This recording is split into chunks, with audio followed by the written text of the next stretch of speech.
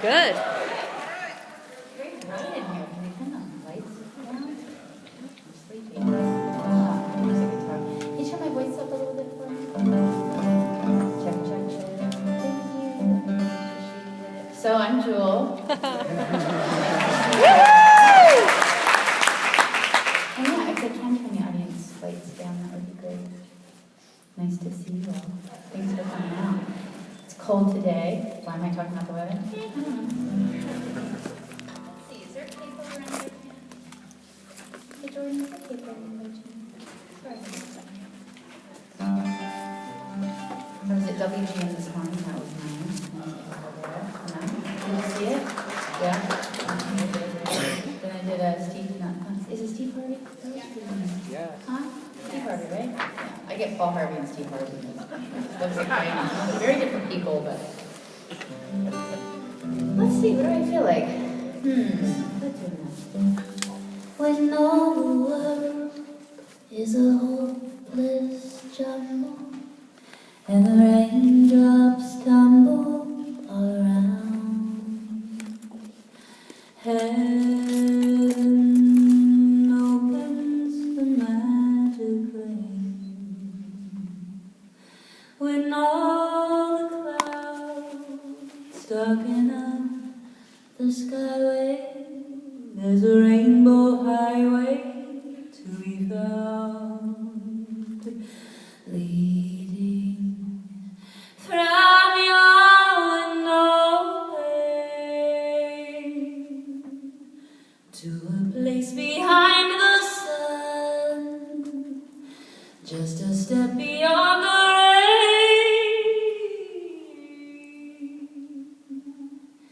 somewhere over rainbow, way up high, there's a land that I heard of once in a lullaby. Someday I'll wake and rub my eyes, and in that land beyond the skies you'll find me. I'll be a laughing daffodil and leave the silly cares that fill my mind behind me.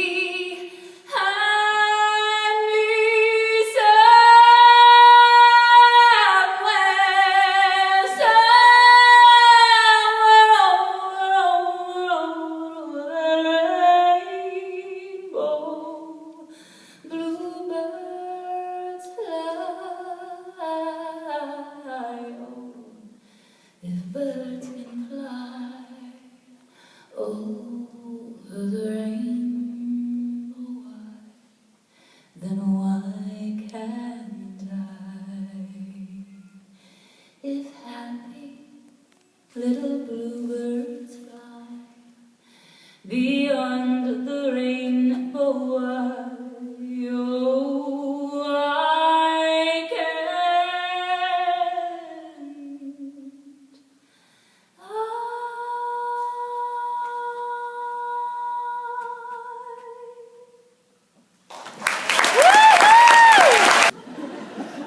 It was mostly food until one day I was walking down the street and I saw this sundress in the window, and it was like the epitome of everything I lacked in my life. It was white and pretty and frilly and clean and girly and new, and I coveted it. So I went in there and I was trying to figure out how to steal it.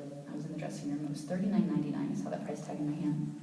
And it was like a lightning bolt struck me. I don't know what it was about that moment, but it was suddenly like I don't know, I suddenly realized, when did I lose faith in myself? Like, when did I stop thinking that I could earn $40 for myself? So I decided not to steal that day, and I decided to get really serious about the situation I was in, because I kind of was kidding myself. I think if you met me on the street, I was a pretty gregarious kid. But inwardly, as I looked at my writing, I was incredibly entrenched in fear. It got to the point where, I'd become agoraphobic. I had an intense, irrational fear of leaving my car on the street corner. I had panic attacks. It was absolutely paralyzing. And I was stealing. My future was not going to be good. I was going to be arrested or dead within, I figured, a year probably. And so I had nothing left. But I remembered something that I'd read. Buddha had said that happiness doesn't depend on who we are or what we have, it depends on what we think. And I decided to try and test it, because that's literally all I had left were my thoughts. So I began looking at my thoughts. I looked back through my journals. It was incredibly negative, it was incredibly fearful. And I learned so much about fear that year. It was such a blessing in hindsight. I learned that fear is a thief, and it robs you of right now. And that sounds very trite and very trivial, but when you're constantly consumed in a fear cycle, it projects the past, especially if you've been hurt, it projects the past and into the future. So you're constantly looking ahead, hyper-vigilant, going, what's going to go wrong next? What can I avoid? What's going to happen? No. And your anxiety and your fear is projecting you out into something that hasn't happened yet. It's almost like a self-fulfilling prophecy. Meanwhile, the only moment we have to actually change our lives is right now. And if I couldn't get into the moment, into right now, I actually couldn't even make a difference in my life. So I decided to figure out how to get more present, and I didn't really know how to do that. So I started with an exercise of watching my hands. It was very hard to figure out what my thoughts were doing. It was hard to slow my thoughts down enough to begin to witness them, which is a thought I loved. I know Descartes said, I think, therefore I am, but if I dare say, I like to, for me more accurately, it's that I perceive what I think, therefore I am. If you can perceive your thoughts, there's something else in you other than your thoughts. That's a really crazy thought. But if I can witness I'm sad, it means I'm something other than sad. There's something else in me, witnessing myself. And I began to slowly build that scale of witnessing myself, witnessing my behavior in the moment. But I didn't have a great ability in the beginning to do that. And so I learned to make myself be more present by just watching my hands. And if they were stealing or were they writing, were going to be two very different outcomes. Because you're they're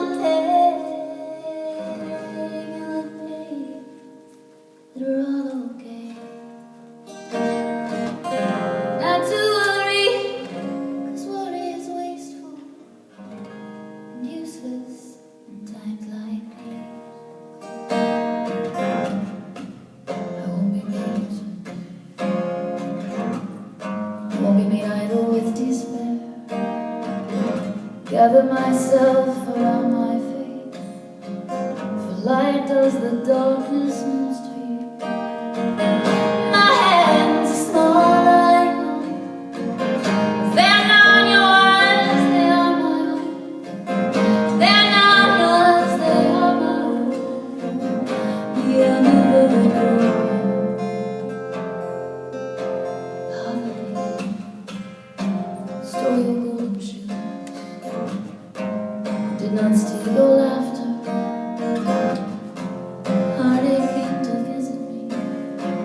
But I knew it was no ever after. We will fight, but not out of spite, but just 'cause someone must stand up for what's right. 'Cause where there's a man who has no voice, there hours shall go singing. My hands are small, I know, but they're not yours, they are my own. They're not yours, they are my own. We are never broken.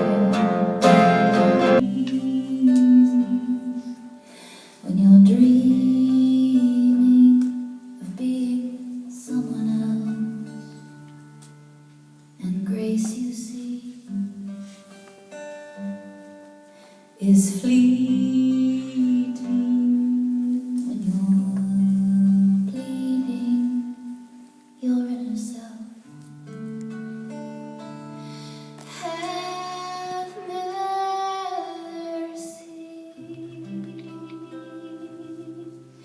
on me, please. Have mercy. I'm on my knees, I've been broken again and again, and I'll keep being broken until I remain. Oh.